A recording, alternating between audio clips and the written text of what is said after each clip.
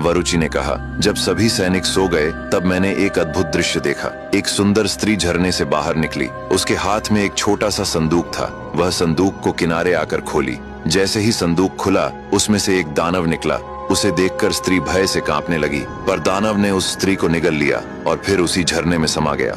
यह देखकर मैं हैरान रह गया कि यह सब क्या था। जब सुबह हुई तो मैंने अपने सैनिकों से कहा, तुम सब जाओ, यहाँ पास में एक बहुत विशाल मंदिर है, मैं उसका दर्शन करके आऊंगा। सभी सैनिक चले गए और मैं वहीं रुका रहा। रात होने का इंतजार करता रहा।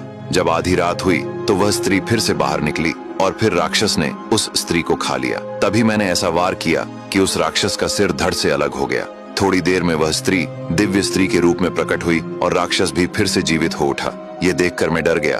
फिर उस स्त्री ने मुझसे कहा, आपका बहुत बहुत धन्यवाद, आपने मुझे इस पाप से मुक्त किया। मैंने कहा, यह कैसा रहस्य है, इसे विस्तार से बताओ। स्त्री ने कहा, सुनो वीर, मेरे पिता मेरे बिना भोजन नहीं करते थे। मैं अष्टमी और चतुर्दशी के दिन यहाँ भगवान शिव की पूजा करने आती थी। एक दिन पूजा में इतनी तल्लीन हो गई कि यह भूल ही गई कि दिन कब बीत गया। उस दिन मेरे पिता ने कुछ भी खाया पिया नहीं। जब मैं घर पहुंची तो पिताजी ने गुस्से में मुझे श्राप दे दिया कि अब तू यहाँ रोज आएगी और तब तुझे यह राक्षस निगल जाया करेगा। कुछ समय पश्चात उसका हृदय चीरकर तू बाहर आएगी और यह घटना रोज होगी। यही मेरा श्राप है। जब मैंने रोते हुए पिताजी से विनती की, मुझे माफ कर दो, तो उन्होंने कहा, पुण्यपुर का मंत्री ही तुझे इस श्राप से मुक्त करेगा और आज आपकी वजह से मैं इस श्राप से मुक्त हुई। इतना कहकर वह स्त्री आकाश में विलीन हो गई। तभी वह राक्षस मुझसे बोला, अब मैं कहाँ जाऊं? तो मैंने उससे कहा, तुम मेरे साथ मेरे नगर चलो। तब से वह यहीं रह रहा है और जब भी मैं उसे बुलाना चाहता हूँ वह मेरी सहायता के लिए आ जाता है।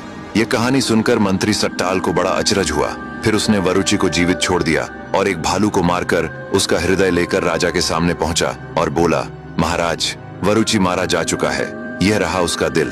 अब आगे की कहानी जानने के लिए देखिए अगला भाग।